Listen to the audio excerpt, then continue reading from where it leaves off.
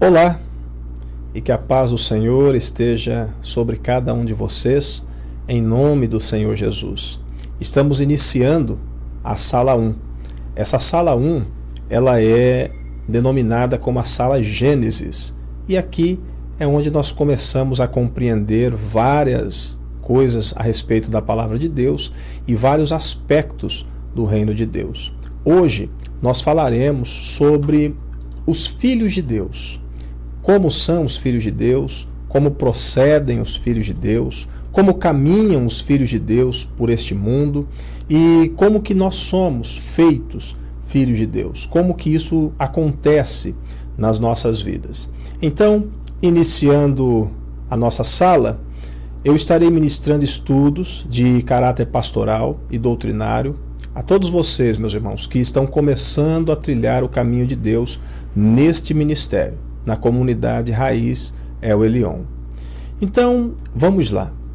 O Ministério Corel não tem como foco trabalhar em questões religiosas, porque, na verdade, eu como pastor não busco, e o que eu menos quero é que vocês sejam como muitos que vivem a vida com Cristo somente por um padrão religioso. Veja só esses símbolos aqui. Quantas religiões elas estão esparramadas, espalhadas pelo mundo? Quantas religiões há? Aqui tem algumas dezenas, mas existem centenas, e na verdade existem milhares de outras religiões, que não importa para nós qual é o seu conteúdo, do que cada uma fala, porque o que importa para nós é conhecermos a Deus e sabemos que andar com Deus exige de todos nós um padrão, e esse padrão ele não é manifesto, ou ele não é conhecido, ele não é interpretado por uma religião, seja ela qual for, não importa. Essa questão de ser religioso, não ser religioso, isso não altera nada, não faz de ninguém um filho do Deus Altíssimo, senão cria apenas uma mente com foco na religião, mas não em uma mudança de verdade na forma de viver e de pensar as coisas de Deus. E é justamente aí que as coisas não ficam boas, pois viver com Cristo e andar com Deus não tem nada a ver com religião, mas sim com modo de vida, ou a vida que eu vivo, ou melhor ainda, a vida que Cristo vive através de mim. Nós podemos ler isso em Gálatas capítulo 2, no verso 20, onde Paulo ele descreve o seguinte: estou crucificado com Cristo, não obstante eu vivo, porém não eu, mas Cristo vive em mim. E a vida que agora vivo na carne, vivo-a pela fé do Filho de Deus, que me amou e entregou-se a si mesmo por mim. Nós entendemos, através de Paulo, que a verdadeira vida com Deus é aquela onde Deus Pai, ele faz morada em nós através do seu Filho, através de Jesus Cristo. E ali não é mais a minha própria mente, não é mais o meu próprio coração, o meu sentimento, as minhas emoções que agem em cima no padrão de viver da minha vida. O que faz ali a diferença é Cristo se movendo, é Cristo se manifestando, se mostrando através da minha vida. Neste verso, nós observamos qual a verdadeira forma de se viver a nova vida com Cristo. Essa é a vontade do nosso Pai. Quanto a ser um religioso ou uma religiosa, né? Isso aí não faz nenhum acréscimo em relação às coisas de Deus. E o problema não é denominar-se como tal, e sim se escorar na religião e viver de aparência, de placa de alguma coisa, como se isso fosse resolver o problema do caráter e dos compromissos que uma pessoa assume quando vem para Cristo. O Senhor Jesus não estabeleceu nenhuma religião para que as pessoas a seguissem, mas o que ele fez foi se estabelecer como o único caminho, a mais pura verdade e a fonte da vida eterna. Agora nós vamos ler isso, mas observe nessa figura. As pessoas que estão ali diante de Cristo e diante de Pilatos e os seus acusadores, a multidão, todas aquelas pessoas ali, elas têm as suas religiões. Eles têm o seu padrão de religiosidade. No entanto, o que eles estão fazendo com Cristo? Qual é a religião de Cristo aqui nesse momento? Ele faz parte da religião de Pilatos, ele faz parte da religião dos sacerdotes, dos escribas, dos fariseus, dos zelotes que estavam ali naquele lugar, de outros estrangeiros que tinham outras religiões. Quem é Cristo nesse momento aqui? Então, quando nós observamos esse padrão de Cristo, nós não conseguimos ver ou encontrar nele algum tipo de característica religiosa, mas o que ele veio trazer de verdade foi o reino de Deus para a vida das pessoas. João, capítulo 14, verso 6, disse-lhes Jesus: Eu sou o caminho, a verdade e a vida. Ninguém vem ao Pai senão por mim. O único caminho, a única verdade e o único meio de viver para sempre é Cristo. Portanto, não sobrou mais nada para uma religião fazer. Ele, o nosso Cristo, é quem conduz o homem a Deus e faz a conexão entre a terra e os céus. Sei que você já ouviu isso e pode ter ouvido até mesmo de pessoas que se dizem cristãs, ou mesmo que fazem parte de outras religiões. Mas o que eu quero deixar bem claro é que enquanto pensamos que porque somos religiosos estamos garantidos com Deus de alguma forma, nós estaremos enganados. Então nós vamos ler mais algumas referências porque é importante frisar o conteúdo bíblico. É importante frisar o que a palavra de Deus, as Escrituras nos falam sobre isso, tá? Atos 13, verso 39.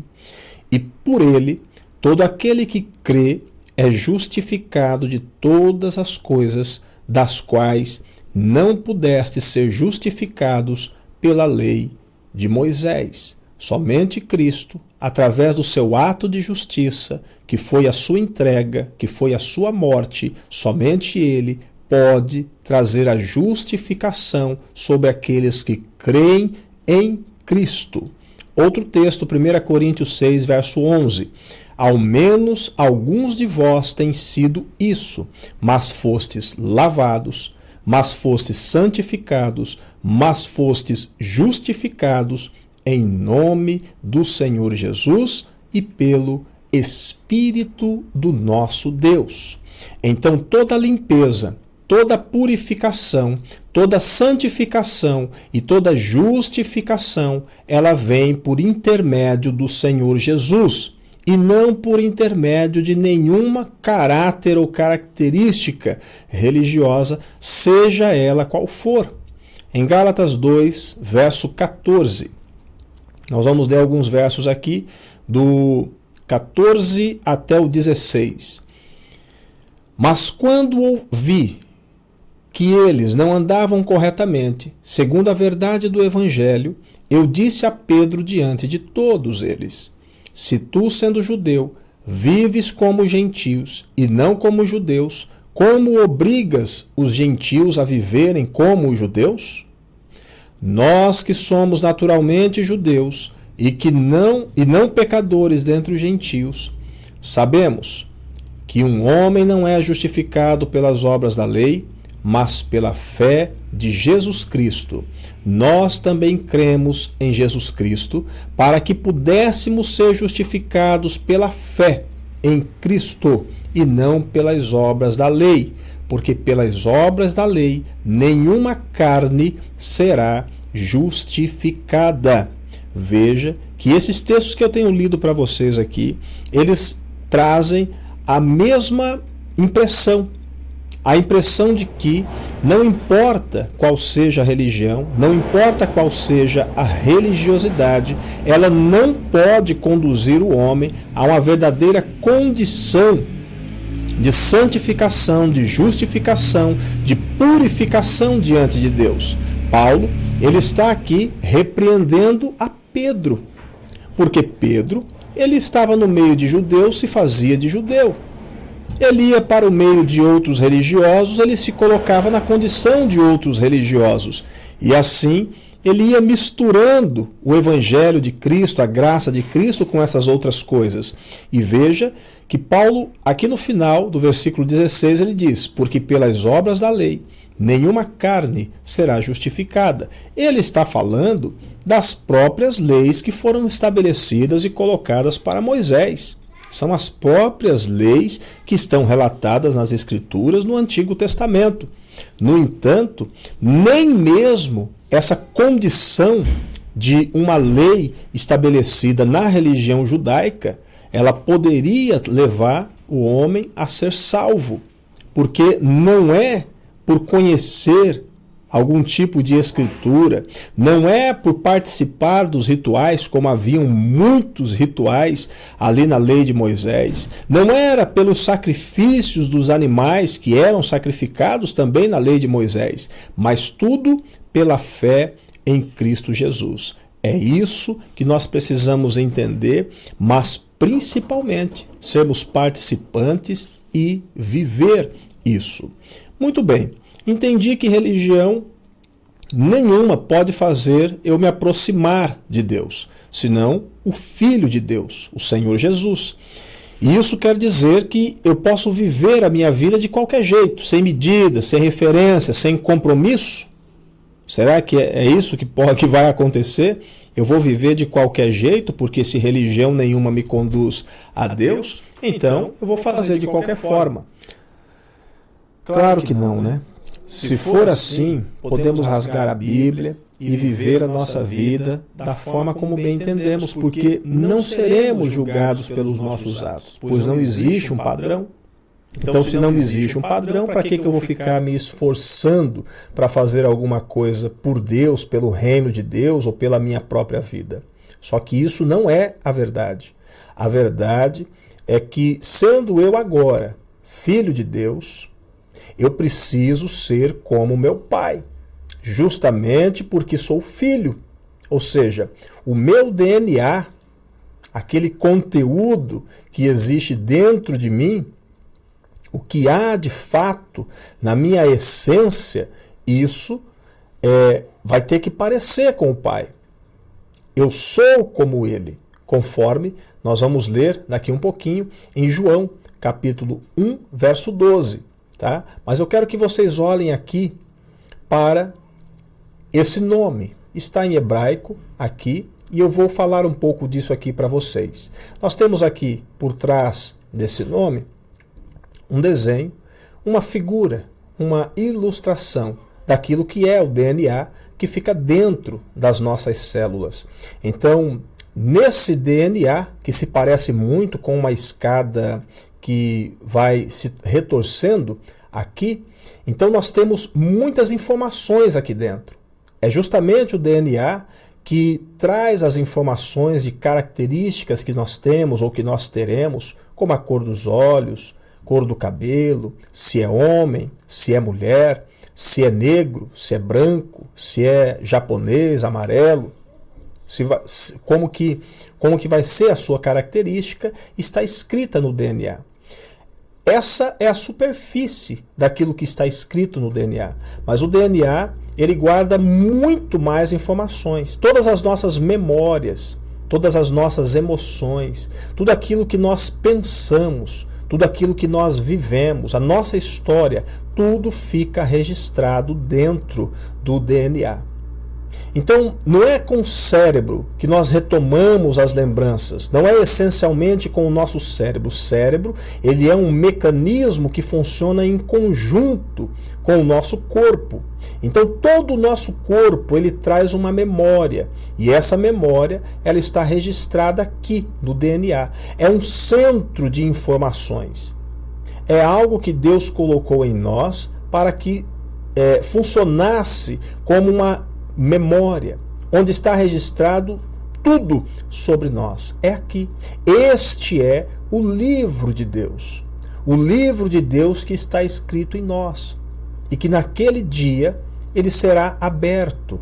E todas as nossas experiências, da nossa vida, as nossas palavras, tudo o que nós pensamos, entendemos, achamos, conhecemos, estará aqui dentro desse DNA. É um centro de informação que tem uma capacidade de guardar muitas informações. A informação de toda a nossa vida. E ainda sobrará espaço para muito mais outras coisas.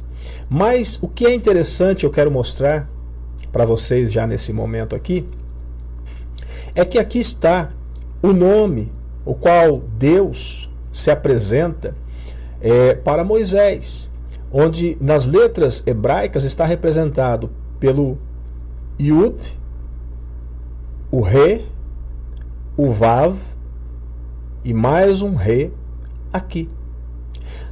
Na língua hebraica, cada letra, cada uma das letras, ela também tem a representação de um número. Tá? No caso do Yud, vale 10. No caso do Re, vale 5. No caso do Vav, vale 6. Outro Re vale 5.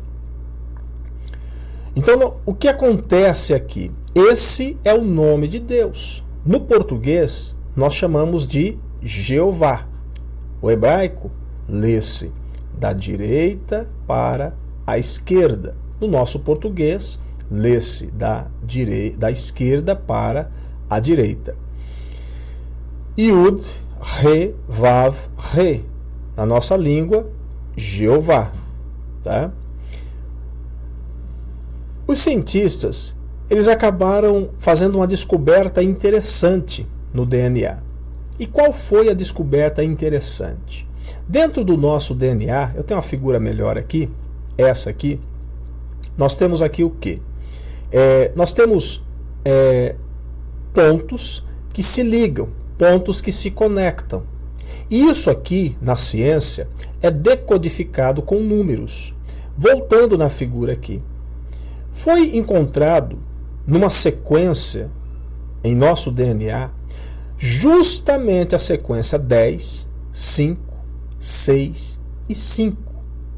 Essa sequência ela foi observada várias vezes. É um código que está registrado dentro do nosso DNA. O nome de Deus, dentro dos caracteres hebraicos, ele está registrado em nosso DNA. E isso nos dá o entendimento de onde que nós saímos, de onde que nós viemos. Só que, tudo bem, eu tenho em mim um código, e esse código diz para mim de onde eu vim, que eu vim de Deus. E aqui está o código. É o 10, o 5, o 6 e mais uma vez o 5. Yud, Re, Vav, Re, ou Jeová, conforme o português. Esse DNA, ele me mostra, me dá o entendimento de onde eu saí. No entanto, houve a queda, e a queda me fez perder características do meu Deus. E até mesmo esse código, Yud, Re, Vav, Re, ele já está alterado. De modo que agora, Cristo, o nosso Cristo, nós o conheceremos com outro nome, e não mais com esse nome aqui. Pense numa coisa que eu já vou te dizendo. Quando a Bíblia fala de Jeová, ou Yud, Re, Vav, Re, ou outro nome que se possa chamar aqui, não está falando de Deus Pai, está falando de Deus Filho. Deus Filho é aquele que acompanha a humanidade. Deus Pai, ele é aquele emanador da força, é o emanador da energia, é aquele que dele sai todo o poder e toda a força para que todas as coisas elas possam funcionar, elas possam vir a existir. É do nosso Deus. Então, Yud-He, Vav-He é uma referência ao nosso Senhor Jesus Cristo, que significa eu sou aquele que sou, ou, como no hebraico, esse tempo ele é volátil, ele pode ser eu me tornarei naquilo que eu me tornar, ou eu serei aquilo que eu for, né, ou aquilo que eu serei. Então, não tem um tempo verbal muito específico para Yud-He, Vav-He. Ele significa praticamente que Deus ou Cristo, ele se torna, ele pode ser aquilo que ele quiser ser. É esse o entendimento do eu sou o que sou, que Deus disse para Moisés quando chamou ele para libertar o povo do cativeiro do Egito. Tá bom? Então, só passando por aqui, é um assunto que é profundo e nós vamos voltar nesse assunto com toda certeza, né? Mas vamos continuar em João capítulo 1, versículo 12. Mas a todos quanto o receberam, a eles deu-lhes o poder de se tornarem filhos de Deus, àqueles que creem em seu nome. Então, aqui está a resposta para aqueles que não entendem e não sabem o que precisam ser na presença de Deus. Nós precisamos ser para Deus, não o que nós éramos ou o que nós fomos em algum momento. Nós precisamos ser para Deus e nos tornar filhos de Deus. E esse poder, ele vem para aqueles que recebem a sua palavra e que o recebem nas suas vidas. Isso é um poder. E esse poder, ele emana de Deus, como eu acabei de falar, que Deus é de onde sai todo o poder, é de onde emana toda a força. E Cristo, ele tem essa autoridade, ele tem essa autonomia de fazer alguém se tornar filho de Deus. O proceder de um filho de Deus não é como o proceder de um religioso apenas, que muitas vezes é guiado pelos costumes e pelas tradições, pelos dogmas da sua religião. Em Cristo, essas coisas perdem o valor, porque nada disso tem o poder de salvar ou justificar como ele pode. Cristo não é mais um entre os deuses da humanidade. Ele foi estabelecido por Deus, o Pai, acima de tudo e de todos. Viver em Cristo não é ter uma religião ou fazer parte de mais uma. Viver em Cristo é ser como Ele foi e agradar a Deus, mesmo que isso custe um preço alto. Vejamos a sublimidade de Cristo em relação a todo o restante da obra de Deus. Nesses próximos versos que nós vamos ver aqui, nós vamos começar a entender por que Cristo ele ganha a autoridade, o poder, a honra, a adoração de todos os outros seres. Por que Cristo ele conseguiu angariar um posto e uma condição única e específica. E qual foi essa condição?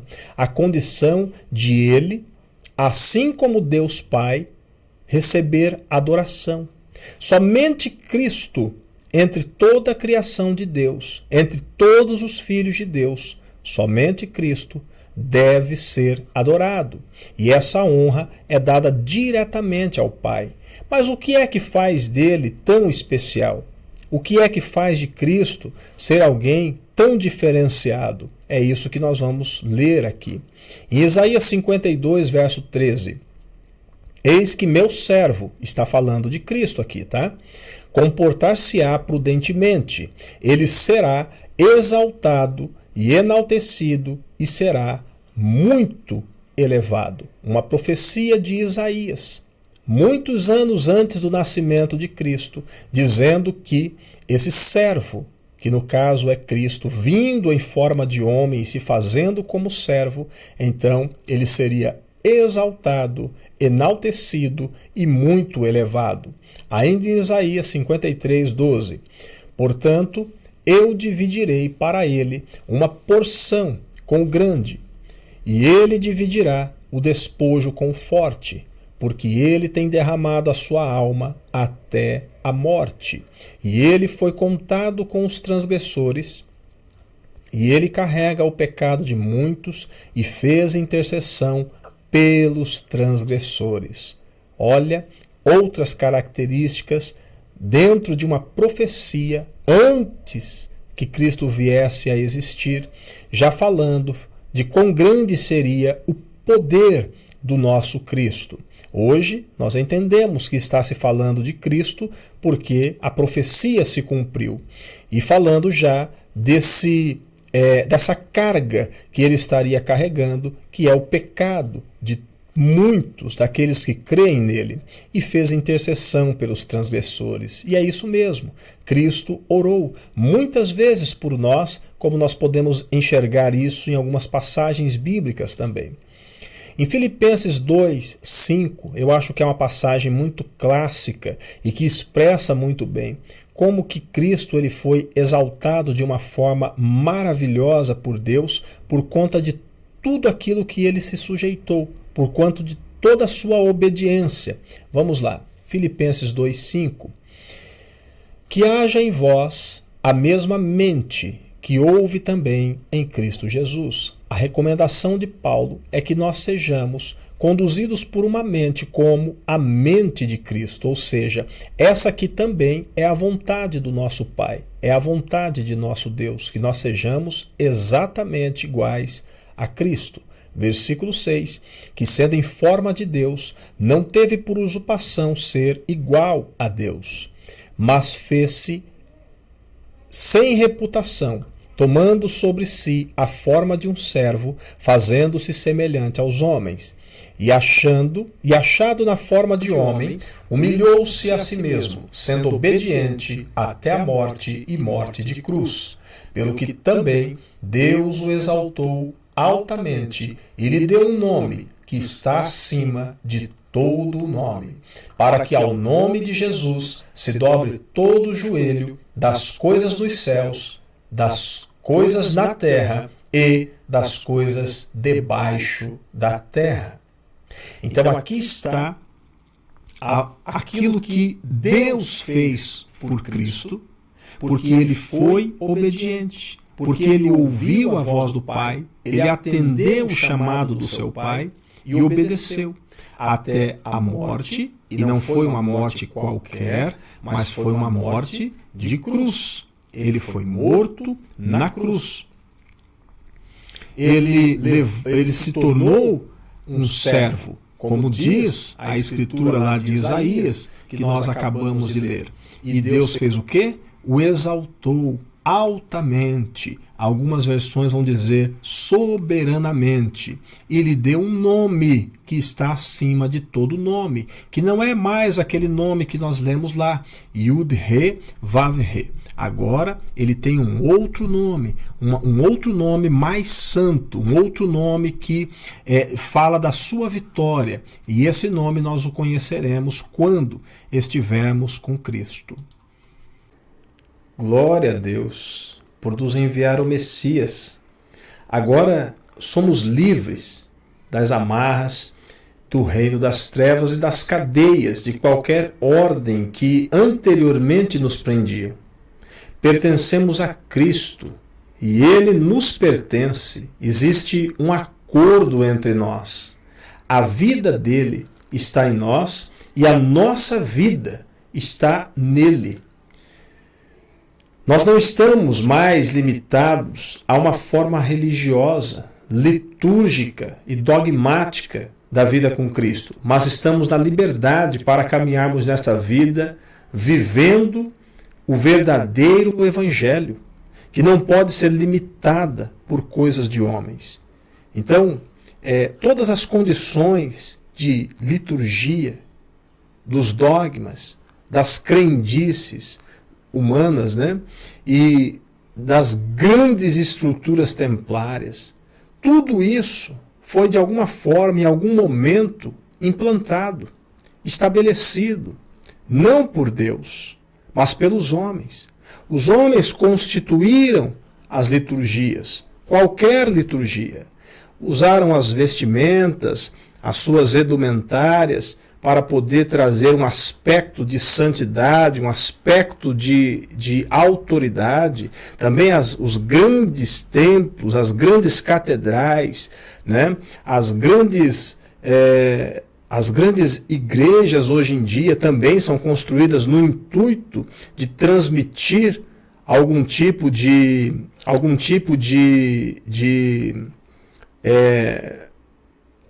expressão de santidade, expressão de autoridade, certo?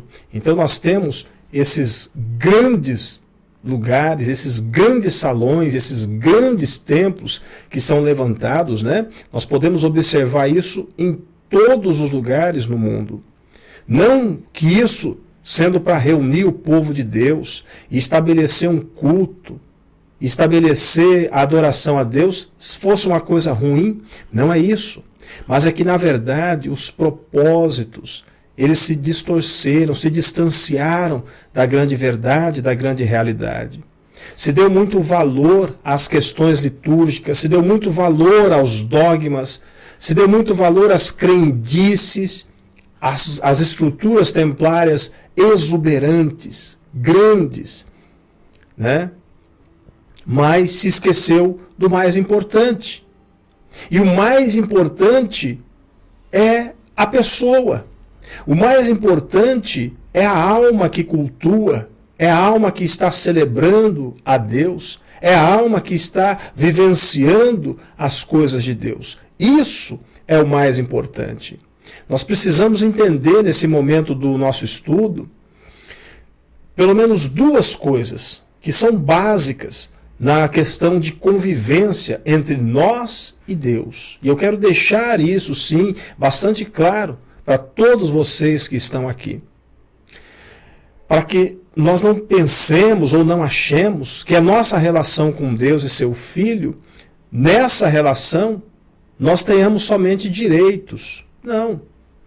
Nós temos também as nossas obrigações, temos também que nos portar e nos conduzir dentro de alguma forma que já foi estabelecida.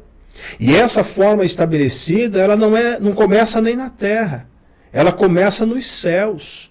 São nos céus que existem as diretrizes, as doutrinas, nos céus que existem os bons costumes, os bons comportamentos, ali que é o lugar da santidade. Essas coisas são transferidas para cá. E nós pegamos isso aí, através dos ancestrais, através dos ensinos de outras pessoas que viveram anteriormente a nós. E isso foi sendo nos passado. A Bíblia é responsável para que nós possamos conhecer. Então nós precisamos conhecer a Bíblia para que nós possamos saber o que é de direito nosso e o que é também a nossa obrigação. Nós ganhamos um novo reino, uma nova vida, mas não em plenitude ainda. Viveremos essa plenitude total quando e somente quando estivermos na dimensão dos céus. E não chegamos lá. Agora estamos cumprindo uma etapa que é a experiência terrena, que é a nossa prova nesta vida ou a nossa prova nessa etapa da vida.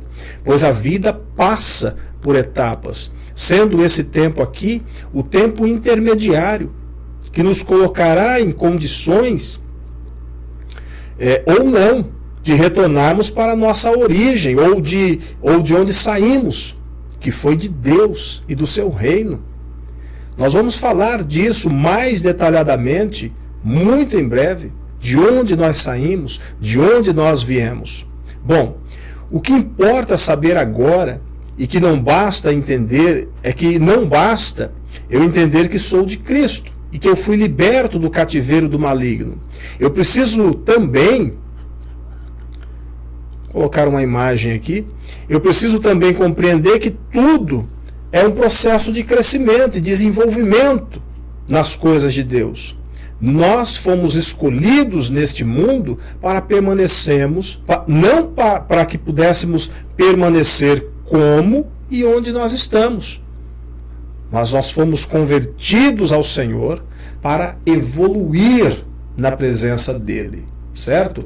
Então, assim como uma planta, ela vem se desenvolvendo e ela vai crescendo até chegar a produzir os seus frutos, a se estabelecer na terra, assim também é o caminho daquele que caminha com Deus. Em um momento, a semente ela é plantada. Em outro momento, ela passa a germinar. E vai passando, vem as folhinhas e ela vai se desenvolvendo, engrossando, né, os seus ramos, crescendo os seus galhos, vai florescendo até o ponto de frutificar. É assim a vida com Deus. E nós precisamos compreender que essas fases, elas devem acontecer, elas precisam acontecer na presença do nosso Deus e na presença das pessoas também. As pessoas precisam ver o que é que Deus está fazendo em nossas vidas, o que é que Ele está produzindo em nós. E isso aparece com os frutos, as palavras, as obras, as ações, as intenções. Nós mesmos passamos a ver as mudanças, as transformações, aquilo que Deus ele vem fazendo dentro de nós. Vamos observando alguns versículos bíblicos para entendermos que é necessário crescer e que a palavra de Deus, as Escrituras, elas sempre vão nos conduzir ao entendimento de que nós precisamos passar por etapas em nossas vidas para chegarmos no ponto de darmos os frutos ou o fruto necessário para que outros também eles possam se achegar a Deus, vendo em nós aquilo que está sendo feito, aquilo que está acontecendo. Em Samuel capítulo 2, verso 21, é relatado o seguinte: E o Senhor visitou Ana, de modo que ela concebeu e deu à luz 3 filhos e 2 filhas. E o menino Samuel crescia diante do Senhor. E o menino Samuel crescia. Ana, a mãe de Samuel, o ofereceu. Antes de nascer, ela não podia ter filhos, e orando a Deus, falando com o Senhor, ela pediu um filho. Deus lhe concedeu Samuel.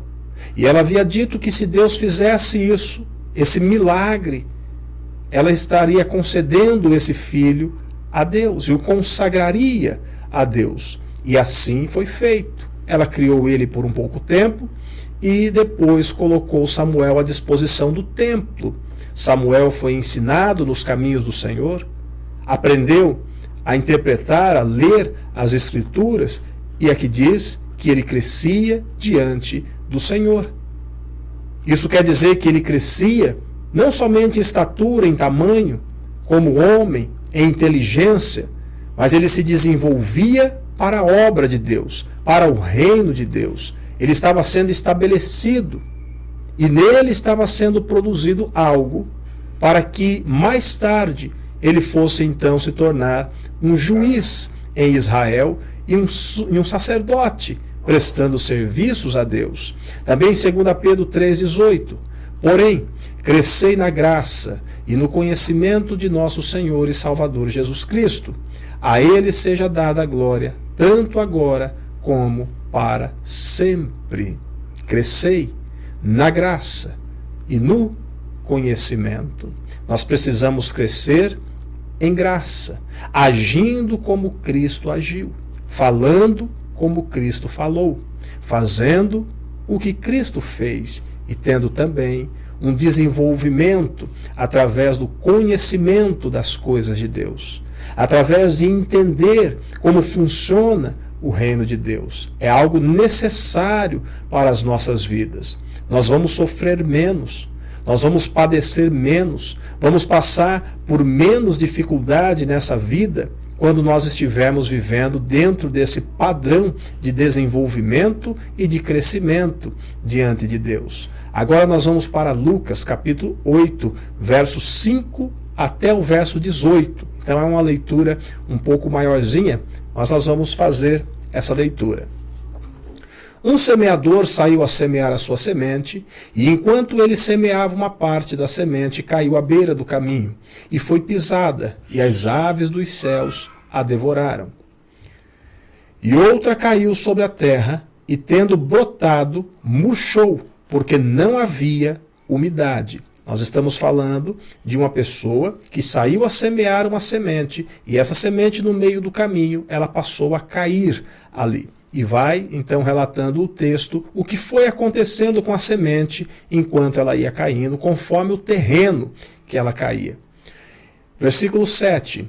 E outra caiu entre espinhos, e crescendo com ela os espinhos sufocaram-na. E outra caiu em boa terra, e crescendo produziu fruto, a 100 por 1. Dizendo ele estas coisas, clamava: quem tem ouvidos para ouvir, ouça. E os seus discípulos perguntaram-no, dizendo: o que poderia ser esta parábola? E ele disse: a vós é dado conhecer os mistérios do reino de Deus, mas aos outros por parábolas, para que vendo eles não possam enxergar, e ouvindo eles não possam compreender. Ora, a parábola é esta: a semente é a palavra de Deus.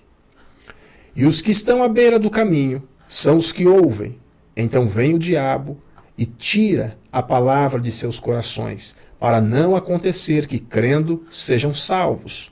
E aqueles sobre pedra são os que, ouvindo, recebem a palavra com alegria, mas não têm raiz, os quais creem por algum tempo, e no tempo da tentação se dispersam. E a que caiu entre espinhos, esses são os que ouviram, e indo adiante são sufocados pelos cuidados e riquezas e deleites desta vida, e não dão fruto com perfeição. Mas a da boa terra, estes são os que, tendo ouvido a palavra de coração sincero e bom, guardam-na e produzem fruto com esperança. Então nós vemos aqui o interesse de Deus e o interesse do seu Filho Jesus Cristo no crescimento daqueles que recebem a palavra de Deus. Uns darão muito fruto, outros darão poucos frutos e outros não darão fruto nenhum.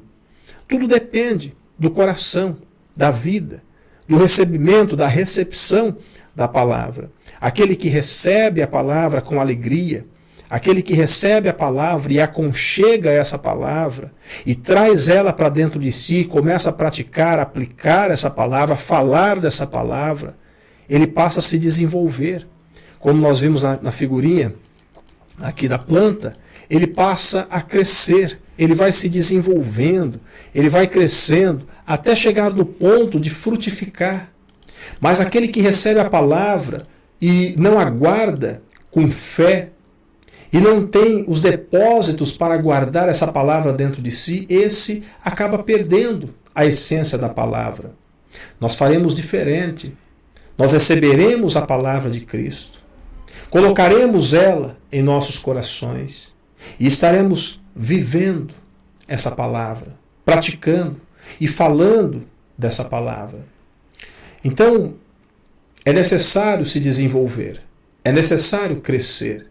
E é por isso que nós estamos aqui, participando desse momento, participando desse estudo, porque o princípio de tudo é a semente, e a semente é essa palavra.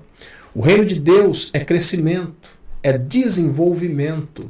No reino de Deus, nós vamos progredindo a escadaria do desenvolvimento, do crescimento e do aperfeiçoamento. Nós vamos subindo esses degraus. E é interessante algo, que nós vamos continuar ali no reino de Deus a se desenvolver. Lá não acaba, não é o final. Na verdade, é um começo ou é um recomeço. Ali, os filhos de Deus, eles estão também crescendo. Eles estão também se desenvolvendo. Eles estão também praticando a palavra. Eles estão também exercendo ofícios, trabalhando, fazendo obras. Eles estão também ouvindo, entendendo, compreendendo coisas novas. O reino de Deus é um reino de desenvolvimento, de crescimento. E isso é algo que não para. É algo que não deixa de acontecer nunca. Até que ponto isso acontece? Até que os filhos de Deus, eles adquiram as características do Senhor Jesus Cristo, que é o maior entre todos aqueles que estão dentro desse reino do Senhor. Com isso, nós fechamos o nosso primeiro estudo. Peço que os irmãos meditem nesse estudo e caminhem com perseverança o caminho que está diante de cada um de vocês. Nós estamos juntos nesse propósito e eu quero dizer que ninguém é tão pequeno que não possa acrescentar e ninguém é tão grande que não possa ser acrescentado. Ninguém é tão perfeito que não possa ser aperfeiçoado e ninguém é tão imperfeito que não possa vir, a se desenvolver também. Todos nós temos alguma coisa para transmitir e para dar ao outro. Nós precisamos de humildade para viver no caminho do Senhor, no caminho de Cristo. Havendo alguma dúvida, meus irmãos, fiquem à vontade agora para estarem colocando as suas dúvidas, perguntando. A sala 1, que é a sala Gênesis, ela está aberta para que você possa enviar a dúvida, o questionamento e acrescentar também. Tá? Então nós podemos interagir tranquilamente dessa forma aqui, por essa via, pela sala 1. Tá bom? Então eu peço que os irmãos estejam com cuidado com a palavra de Deus, estejam orando para que outros irmãos, outras pessoas possam também conhecer este caminho e vir a ter os seus olhos iluminados pela essência da palavra de Deus. Amém? Que Deus abençoe a cada um em nome do Senhor Jesus. Deus ilumine os teus olhos e te faça ver como Ele vê. Até mais.